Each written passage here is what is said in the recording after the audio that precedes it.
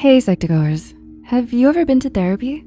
There is a common misconception about it, where most people immediately think that visiting a therapist means that you have a mental health issue.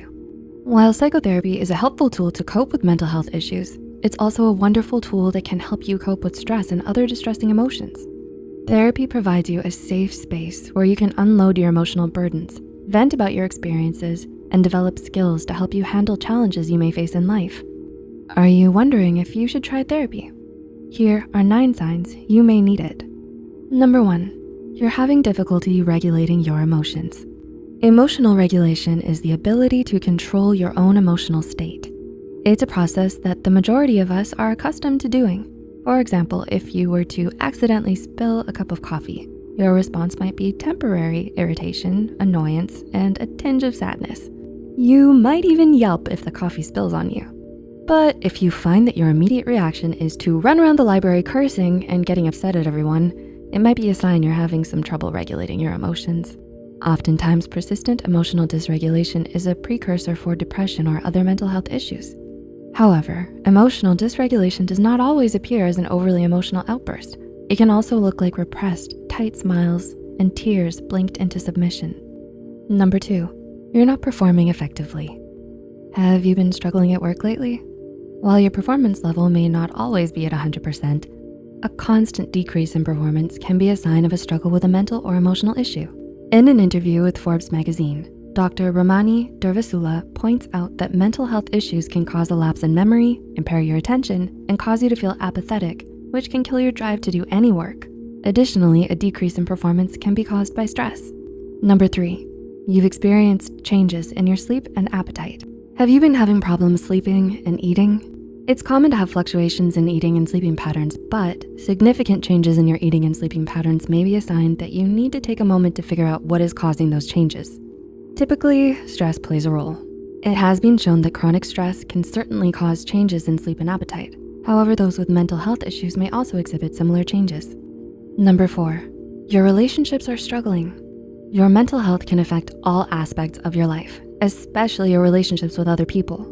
If you notice that you've pulled away from your relationships or are shying away from opportunities to create new relationships, you might wanna figure out why. A common cause is an internal emotional or mental struggle. In these cases, a therapist may be able to help you figure out the underlying causes of your struggling relationships, giving you the skills to improve your relationships. Number 5, you've experienced trauma. Therapy is a great resource for those who have experienced trauma. Even years after the trauma, the event can still leave scars that can hinder or impact your future. Hence, it's a great idea to unpack and cope with those unresolved emotions in a safe and non-judgmental environment. Additionally, a therapist can provide you with the tools to help you reframe the trauma to overcome it.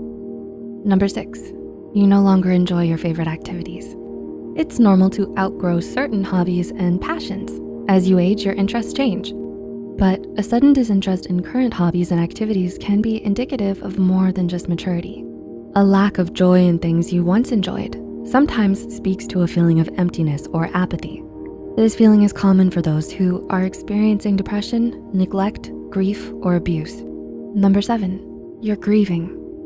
Grief is an incredibly complex emotion. It's born out of loss of a loved one, a loss of a job, or a loss of an opportunity.